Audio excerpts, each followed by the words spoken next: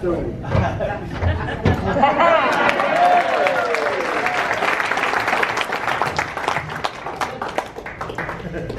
All right, so I'm going to do two things tonight. The first is to tell you about the workshops that I'm going to be hosting for election season.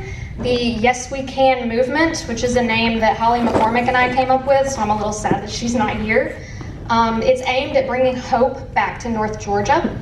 Politics in a red area, when we're surrounded by cynicism and doubt, can feel isolating and kind of hopeless. So the goal is to connect like-minded people across the state, or this part of the state, and give them the tools necessary to believe again, with strategies from Stacey Abrams, the 2008 Obama campaign, and the 2020 Democratic Party of Georgia volunteer leadership team. We're rethinking this area, and we're standing together so that when we're faced with cynicism and doubt, we're able to respond, yes, we can. I've got 14 of those workshops happening from now to November. The first one is next Saturday at 7:30, and there is a sign-up sheet on each of y'all's tables that I put out with a little pin. The sign-up sheet is on the top, and then the list of dates is underneath that. I would love for you to put your name and your email address and the dates that you're interested in and join us for those workshops. Also, if you are interested in funding one of those workshops, I am still missing funding for the latter part of election season, so if you are interested, please come talk to me after this. I will be eternally grateful to you. So, the second thing that I'm going to do tonight is tell you a story. So it's 2008. I'm 14 and my brother's 11, and we are these two little homeschooled kids growing up at the Whitfield County Obama headquarters, which our mom ran back in 2008. And I learned canvassing, I learned phone banking, I went with my mom to an Obama training camp in Atlanta, which we don't do this anymore, but this was a 12-hour in-person training camp where we learned to make phone calls and talk to voters and get people excited about this cool new senator from Illinois. And I came back and I was too young to actually make phone calls, but I trained the new phone bankers who came in to help us. Yeah. And all through 2008, I watched this impossible candidate become the most unlikely president in the history of the United States. And 2008 taught me what it takes to win a race. So in 2020, I became a volunteer leader for the Democratic Party of Georgia, and then in 2021, I got into local politics, and I'm now the volunteer coordinating committee chair for the Whitfield County Democratic Committee. I have given workshops for the Democratic Party of Georgia, the North Georgia Democrats, Whitfield County, Paulding County, and I've kind of become a political consultant.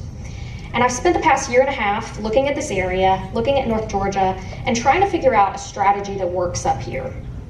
And part of it is rethinking the voters that we need to work with up here, because typical Democratic strategy is run a campaign like you would in Midtown Atlanta. This is not Midtown Atlanta. No. If you turn out every single Democrat in an area, you're only going to have 30% of the vote here, right? But in the 2018 midterms, 51% of voters did not vote at all. And if you take that little Democratic slice of the North Georgia pie and you slap on that 51%, suddenly it's not very hard to win a race up here. But to do that, to turn out non-voters, you have to rethink how you deal with politics up here. You have to change your language. So that's one part of the puzzle. The other part, and probably the most important part, is to turn that lost cause mentality that we kind of have when we look at this very red area into yes, we absolutely can. To bring what I call capital H hope back to this area. And that was the part that I was missing for about 12 years, because all that I just told you, all the election work, for the 12 years between 2008 and July of 2020, I didn't do any election work at all. Not in 2012, not in 2016, not in the 2018 midterms, and most of 2020 I voted, but it took 12 years to bring myself to be able to do election work again. And I'm going to tell you that side of the story, because in 2020, if I had been in y'all's position, I needed a lot more than some girl on a stage to tell me to be more hopeful. So let's go back and let's start this over again. In 2008, Barack Obama ran on hope. The kind of hope that you see when you start reading civil rights and voting rights leaders. Their speeches, their books, you see the word hope over and over again. And it's not, I hope that tomorrow is better. There's almost a sanctity to the word when they use it. So John Lewis said, when you have hope, you hold on to something so powerful, it almost wills it to happen. There's a sanctity and a power when these leaders use that word.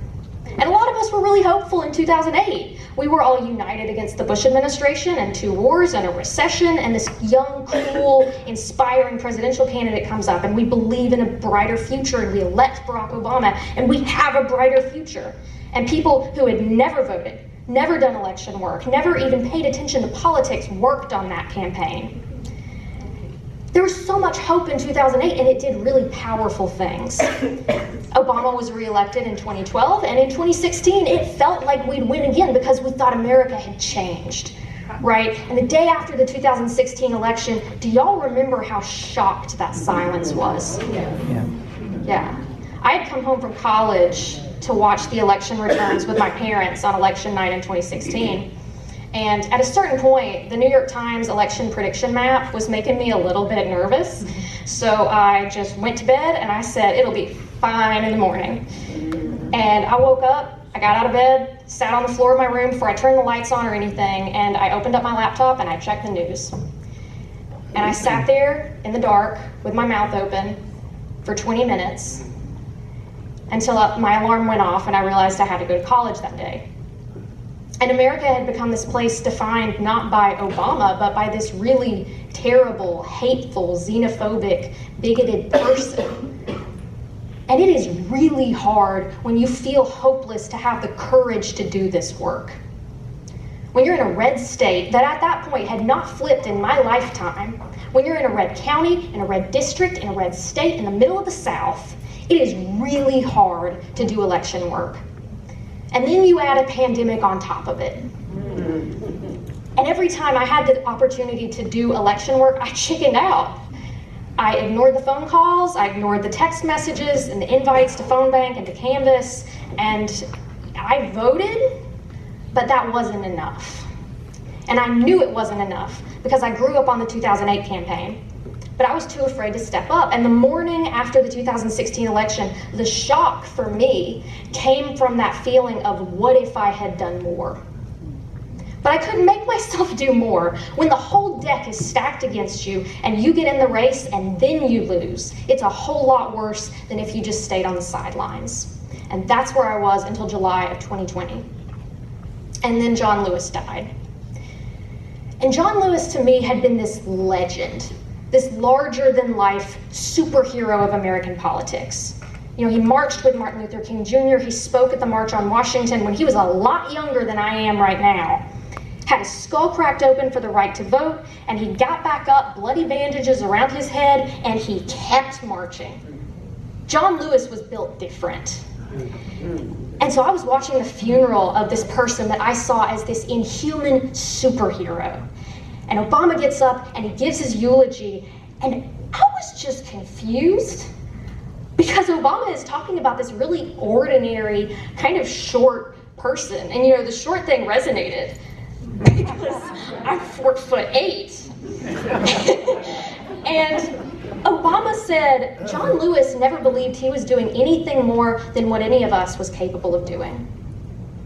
You know, it's really easy to forget, and I had forgotten this, when you see people like John Lewis and Martin Luther King Jr. and Diane Nash and Polly Murray and Stacey Abrams and Obama, that no one that you ever meet, no one you're ever going to meet is any more or less human than you or me.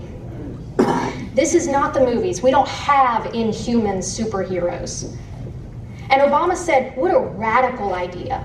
What a revolutionary notion. This idea that any of us ordinary people, a young kid from Troy, Alabama, can stand up to the powers and the principalities and say, no, this isn't right. This isn't true. This isn't just. And Obama said something that changed my life. He said America was built by John Lewis's. America was built by ordinary people. And that was the day I signed up for my first phone bank. And I roped my brother into joining me, and we made phone calls for the first time in our lives because we remembered what it took in 2008. We remembered that it wasn't the larger-than-life figures that made 2008 happen. It wasn't Barack Obama. It was all the people who believed in him. It was all the people inside that movement that he was leading. The people at the Whitfield County Obama headquarters, cold calling strangers. All those people who had hope, they were the superheroes.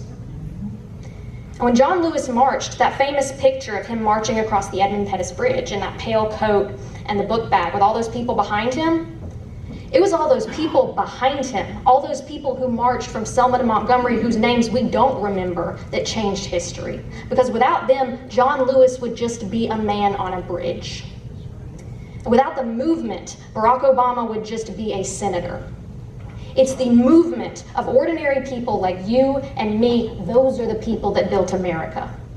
And I want each of you to hold on to hope like we did in 2008 and use it and be a John Lewis of your own, because you, the people in this room, are these superheroes that you keep waiting for. Each of us has the ability to create change, but only when we stand up and start marching and using our voices in whatever big or small way each of us is capable of. I don't want you to hope for change in North Georgia. I want you to have capital H hope, the belief in yourself and the ability to create change in whatever small or large way you can. That is the only way that we do this. That's the only way we've ever done this. Flipping Georgia was impossible. Republicans and Democrats told me that, and then we did it 3 times. Because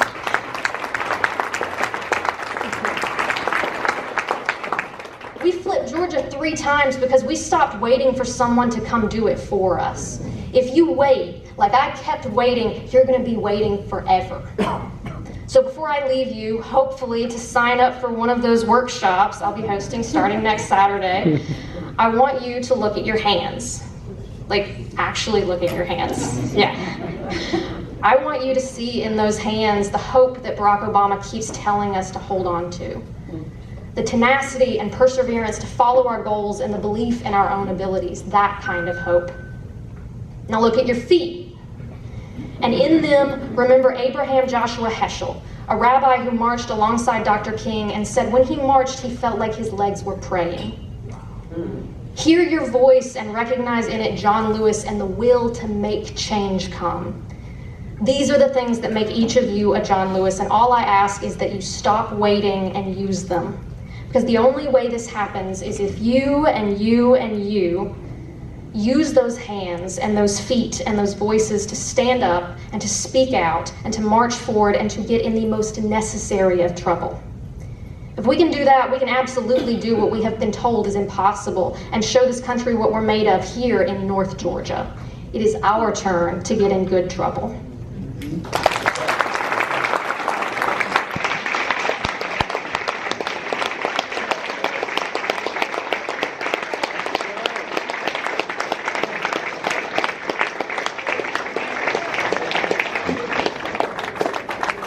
Kathleen has inspired everybody. We're really fortunate to have her, and we appreciate